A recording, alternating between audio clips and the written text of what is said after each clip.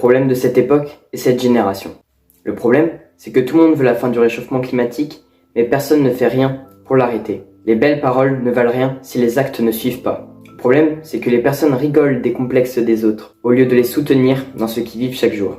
Moquerie, discrimination, rabaissement. La solidarité est l'arme la plus puissante pour lutter contre les aléas de la vie.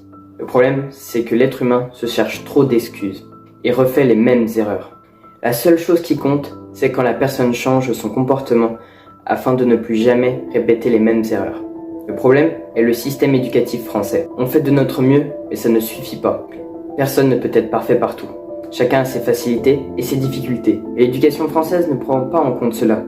Ils nous prennent pour des machines. 9 heures de travail à l'école, plus les heures à travailler chez soi et à réviser. C'est inhumain. On devrait pouvoir apprendre à notre rythme et apprendre ce qui nous semble utile pour nos projets à venir, mais non. C'est le même programme depuis des dizaines, voire des vingtaines d'années. Quelle aberration. L'école nous apprend pas l'éducation, mais l'instruction. Comme Einstein a dit un jour, tout le monde est un génie, mais si vous jugez un poisson sur ses capacités à grimper à un arbre, il passera toute sa vie à croire qu'il est stupide. Le problème, c'est toute la pression qu'on met à nous, enfants. Les phrases du style « pour avoir un bel avenir, il faut avoir de bonnes notes », c'est ça la philosophie actuelle, mais ce n'est pas ça la vie. Avoir un métier bien payé, mais dans lequel on ne s'y plaît pas, ne fait pas le bonheur.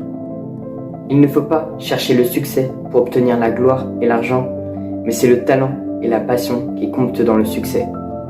Le problème de cette société, c'est que plus tu es quelqu'un qui t'affirme comme tu es, plus tu es critiqué, car les personnes sont jaloux de ta capacité à t'aimer comme tu es. La jalousie n'existe que chez les gens qui ne savent pas accepter le bonheur des autres. Le problème, c'est que les humains se sentent supérieurs, en rabaissant les autres, selon leurs origines, leurs orientations sexuelles, soi-disant parce que eux se disent normal. Mais la normalité n'existe pas dans ce monde. Être blanc, hétéro, ne fait pas de vous quelqu'un de normal. Juste une personne avec ses propres opinions. Alors pourquoi montrer que tu es raciste, homophobe ou transphobe quand tu pourrais juste être silencieux?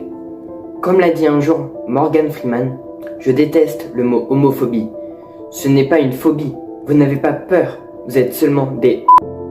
Aussi, comme l'a si bien dit Martin Luther King, ce qui compte chez un homme, ce n'est pas sa couleur de peau ou la texture de sa chevelure, mais la texture et la qualité de son âme. Je vais finir cette vidéo en disant que chacun est libre de ses pensées, de ses convictions, mais ne forcez pas quelqu'un à penser comme vous.